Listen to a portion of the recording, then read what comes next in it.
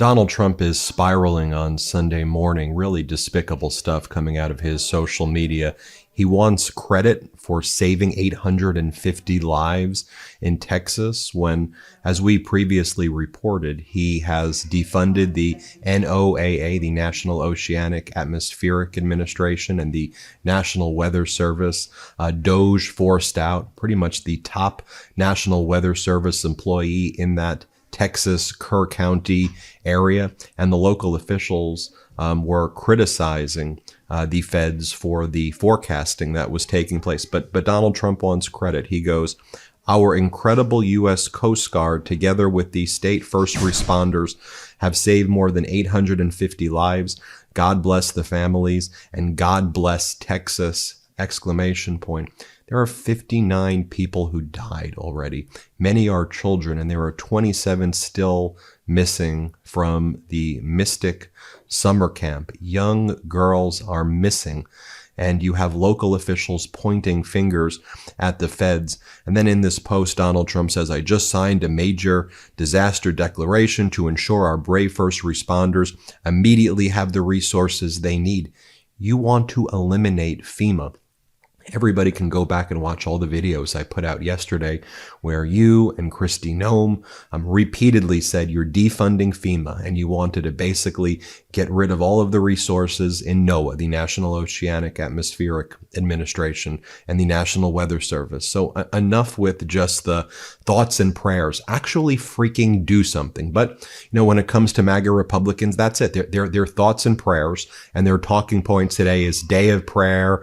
There's nothing we can do. Prayer once in 100 years. You notice it's always like that with them. It's when tragedy strikes, nothing we could have done about it. Do something about it. Actually freaking govern. Here's what Governor Greg Abbott posts. Governor Abbott declares Sunday, July 6th, a day of prayer for Texans impacted by devastating floods. Look, and I'm not saying we shouldn't be praying for the people, whether you're religious or non-religious. Okay, you can pray for the people, but actually freaking do your damn job. The hell are you doing? And then Fox goes, "It's a day of prayer. It's a day of prayer for the victims." Briscoe Cain, who is the MAGA Republican state representative in Texas, who leads their kind of freedom caucus is what it's called. He posted the following yesterday. "We must not allow this great tragedy to be used to grow government." And then all of these memes being made now by the MAGA Republicans, like praying for Mystic, pray for Mystic. Again, why don't you do something for them? Why don't you provide the resources and supplies in advance? How about we do that? So the top Kerr County government official is a guy named Judge Rob Kelly. And this is what he told New York Times. In an interview, Rob Kelly, the Kerr County judge, its most senior elected official, said the county did not have a warning system because such systems are expensive and local residents are resistant to new spending. Taxpayers won't pay for it, Mr. Kelly said. Asked if people might reconsider in light of the catastrophe, he said, quote, "I don't know. I don't know. In light of what we now know, you still wouldn't want to put a warning system in place? That's what you are saying?" MAGA Mike Johnson gave an interview this morning, and here's what he had to say about the Texas floods. He goes, "In moments like this, we just feel helpless, and all you can do is pray. We're helpless. Just pray." Here, play this clip. State and federal resources have just poured into that area. Is there anything more that can be done congressionally, legislatively to help these folks? In a moment like this, we feel just as helpless as everyone else does. I've talked to my colleagues there in Texas, Chip Roy and August Pfluger, whose families, that's Chip's district. August's daughters were at the camp. We also had Betty Carter of Georgia, had grandchildren there. It touches so many families, and all we know to do at this moment is pray. Every available resource has been deployed. The president, of course, is dialed in and watching this develop moment by moment as we are, and we'll handle supplemental funding requests as they come in, but right now they're still trying to do rescue and recovery, and our hearts go out to all of them. When I wonder when 17 million Americans get kicked off of Medicaid, when we see the other impacts of Donald Trump's disastrous budget cuts and what DOJ did, there's nothing we can do. You're just going to have to, there's nothing we can do about you. You're just going to have to pray. Paul Ura is the name of that warning coordination meteorologist at the National Weather Service who was pushed out by Doge, who had 32 years of experience, who could have been working on July 3rd and July 4th. But he was pushed out and sent into early retirement. MAGA Republican Senator John Cornyn says that he has many conflicting feelings about what took place in Kerr County, Texas, because he's like, but 850 campers were accounted for and recovered, so there was those blessings were answered, but I have conflicting feelings. How do you have conflicting feelings? 59 people are dead and 27 young girls are missing, and a lot of those 59 are young girls. Here, play this clip. This is so unfathomable. It's really hard to get your arms around this. You're a Texan. You live there. These are your constituents. What are you hearing, seeing, and feeling in Texas this morning? Well, it's a very sad time, but it's also a time when 850 plus campers were accounted for and recovered. I talked to a friend of mine who's a former colleague of yours in the House of Representatives who had two daughters there, and they had just gotten home late yesterday afternoon. And of course, they were traumatized by the whole event, but they were just beside themselves with joy that they had recovered their children. But tragically, as you point out, there are 27 campers, these young girls, still missing. And this was a 100-year flood event in an area that had been known to flood, but nothing like this, where the floodwaters rose 26 feet in about 45 minutes in the middle of the night. So a terrible tragedy, but thanks to President Trump and Secretary Noem, the federal disaster relief has been provided at the request of Governor Abbott. And it's just a time of very many conflicting feelings, but primarily we're very sad for those who've lost their lives and the unaccounted for. Governor Abbott has called today a day of prayer, and we are still saying our prayers here in Texas for those who've grieving and those who are still unaccounted for. And this is how the Trump regime and the MAGA Republicans deal with everything. Everything's a lie. Everything's a cover-up. Everything is a fraud. I'll give you just another case in point this morning, just switching topics for a moment. Remember, Donald Trump said 90 deals in 90 days? Well, we're now in 90 days. You declared a trade war against the world. Okay. Treasury Secretary Scott Bessent was on CNN this morning, and he said, we never said 90 deals in 90 days. Nobody ever made that promise to the American people. He didn't say these things. And then Bessent goes, a lot of countries didn't even call us. Here, play this clip. When you talk about these letters and you talk about kind of the 90 deals in 90 days, or at least the president did back in April, so far that we've seen 3, and they're not concrete deals the way that we're used to seeing trade deals. They're frameworks. Mm-hmm. The president has a reputation, self-described deal maker.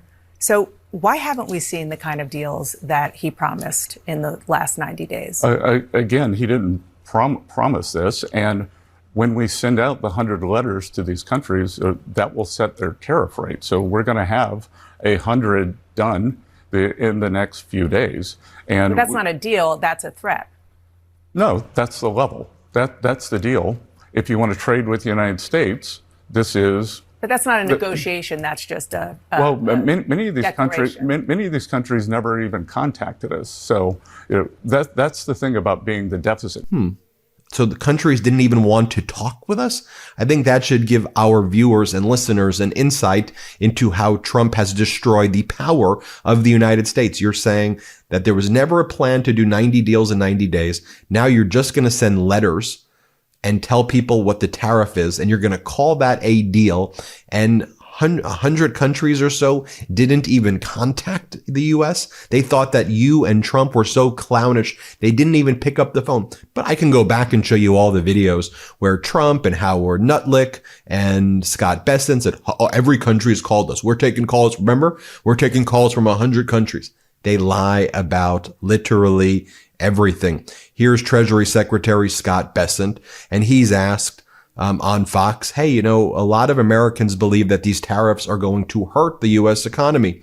And then Fox shows some right-leaning, analysis of what's happening. They show their own poll, and Treasury Secretary Scott Bessent, they have their lines, right? That's Trump derangement syndrome. Oh, that's Trump derangement syndrome. That's what it is. What are you talking about, dude? Everyone knows the tariffs have actually caused inflation.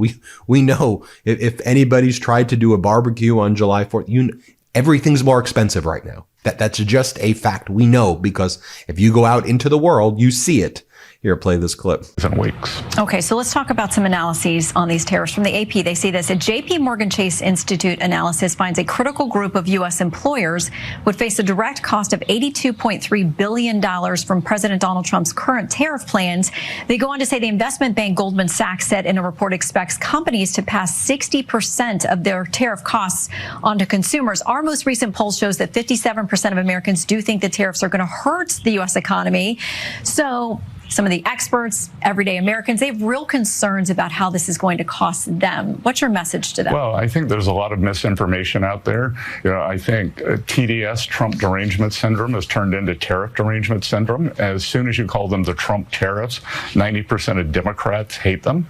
And I'm going to have to disagree with Goldman Sachs and JP Morgan. The empirical data shows that we have seen no inflation. And again, the incompetence, the lies on top of lies. Because then you have on Fox, MAGA Republican Congress member Tim Burchett, and he's explaining one of the reasons why he and the MAGA Republicans killed wind energy and solar energy in the disastrous budget bill, and they wanted to subsidize coal, right? So as the world is moving away from coal and moving towards wind and solar and other forms of energy, America is now setting itself back decades and decades and decades. And Burchett said, God put coal, it's always God. God put coal in the ground. Let's use it. And Trump told me there are no windmills in China. And that's one of Donald Trump's lines in his speeches. Why do you think there's no windmill? I've never seen a windmill in China. They don't have windmills in China. Let me just fact check you right here. China has the highest wind power capacity in the world. They have a total of 11,098 new wind turbines installed in 2022 alone, and over 181,000 operating turbines. And China's going into our other countries, I guess our former allies, and building wind energy for there and making a ton of money in China, while the U.S. is talking about coal. Here, this is Tim Burchett. Let's play it. Well, that's one thing that the CBO and any of the bean counters never really take into consideration is the incredible economic outlook for our country. I mean, can you imagine energy if we remove a lot of bureaucracy? Our nuclear facilities take 8 to 10, maybe 15 years to get online. You've got a new man at the EPA that's turning them over pretty quick, and people are talking about coal again, which I think is great. God put it in the ground. Let's use it. Everybody across the world's using it, and they're passing us by. And the president wants to get out of bed with stuff that doesn't matter, like solar and wind. We haven't had a major discovery in solar in over 20 years, and wind is very subjective and it's very expensive. And there's a reason, as President Trump told me, I believe it was Thursday, that there's no windmills in China, but 99% of them that are sold are made in China. So I think there's a lot of things in there that are going to happen. And it's going to be great for this country. You're known as... Maybe this graphic helps prove the point.